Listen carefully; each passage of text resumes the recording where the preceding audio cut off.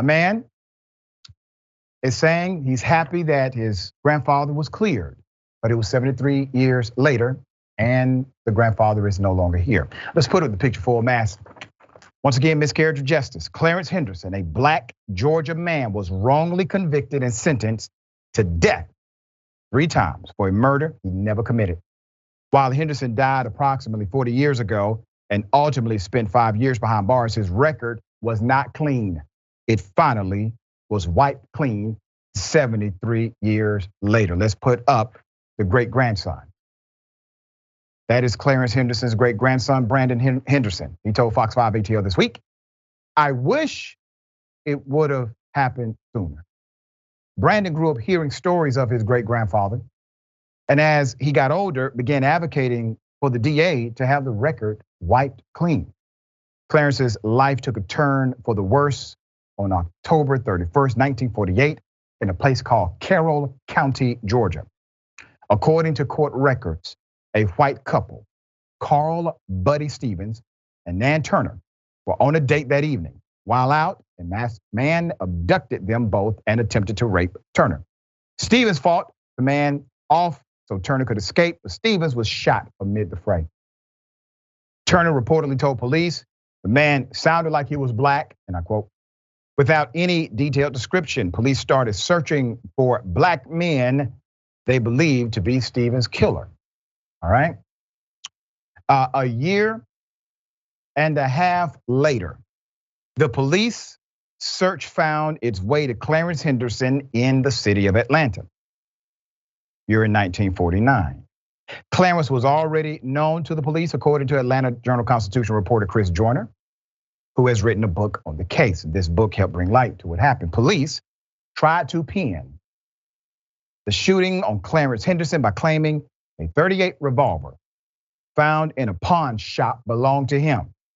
Although the bullet used from a 9mm automatic gun, police claimed Henderson filed down the bullet so it would fit into the .38 revolver found at the pawn shop. Henderson was arrested in December 1949. Police found a rusty file in his home and claimed he used it to fire bullets prior to October 1948. Now, in a court of law, we will call all of this circumstantial at best, but not even that. Hell, who did not have those things in their home during that time? All right, there's more. Clarence Henderson was a sharecropper, had no known connection to Stevens. At the trial, despite Henderson's alibi, he was home with his wife. An all-white jury found him guilty. He was sentenced to death. He had his first trial for 1 day. He was convicted in 1 day, Brian Henderson said. Civil rights activists helped Henderson with his appeal, and the Georgia Supreme Court overturned his conviction due to lack of evidence. During his second trial, Henderson was convicted again, sentenced to death again. However, the Georgia Supreme Court again overturned his death sentence. But you know what they did not do? They did not hold those who fabricated the evidence accountable. You see, they're overturning these particular convictions because they are aware that evidence was manipulated, fabricated against them.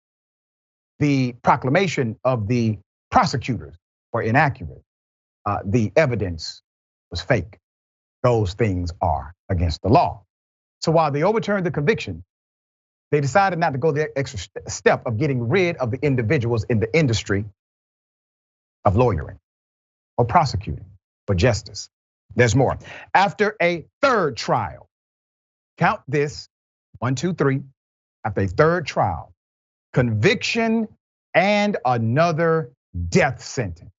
Just imagine living and you got 3 separate death sentences in your lifetime and you committed no crime. Henderson would again prevail. Why did he prevail? Because of appeal, okay? After that, his case remained on the dead docket. I'm going to explain what that means. Where a prosecutor postpones a case indefinitely but does not dismiss it, Henderson was never acquitted of the murder conviction. Now, why would they dead dock the case? They dead dock the case because of numbers. If you dead dock a case, you don't have to say you had to either A, drop charges, or B, you were wrong in the prosecution. It does not go against your, let's just say, statistics. All right? So they did dock the case, not dismissing it, but putting it in the back burner, saying they would not prosecute it currently. Let's put up the guy, 2022. All right? The book was written by Joyner.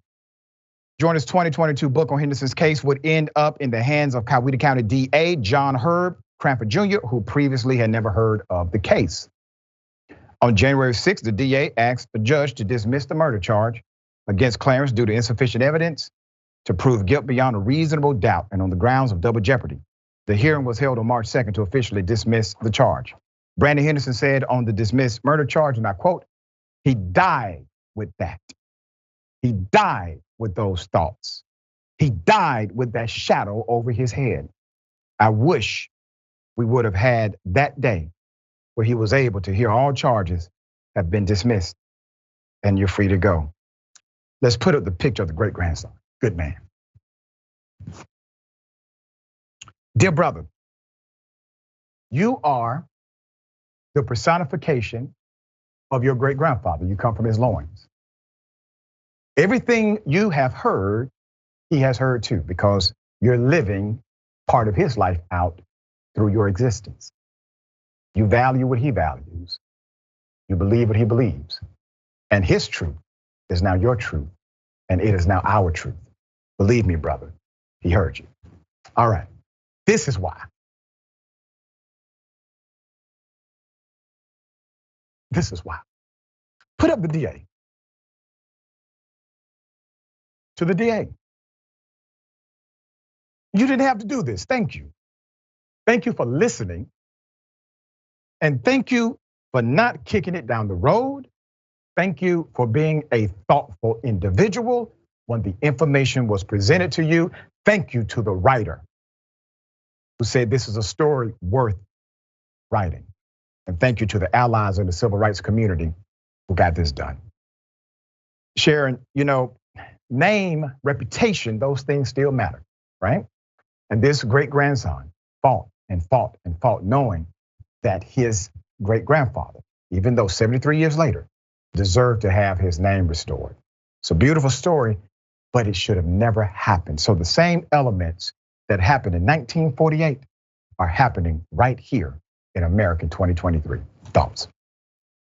They are, and so many. And I too share your praise of this young man. His grandfather is smiling, but you're right. And I want to seize upon what you said about those who falsely accused Mr. Henderson, right? All those years ago and all the heartbreak and shame, and none of it was true. It's like the woman Carolyn Dunham, I think her name is, don't know if I'm pronouncing it right, accused Emmett Till, and grand jury down in Mississippi said, nah, no charges, no bill. I just don't understand. If we could hold those accountable, we could move the goalpost forward. If we could just can someone be held accountable for taking a man away? That's really what this is about. Yeah, that's right. Well said.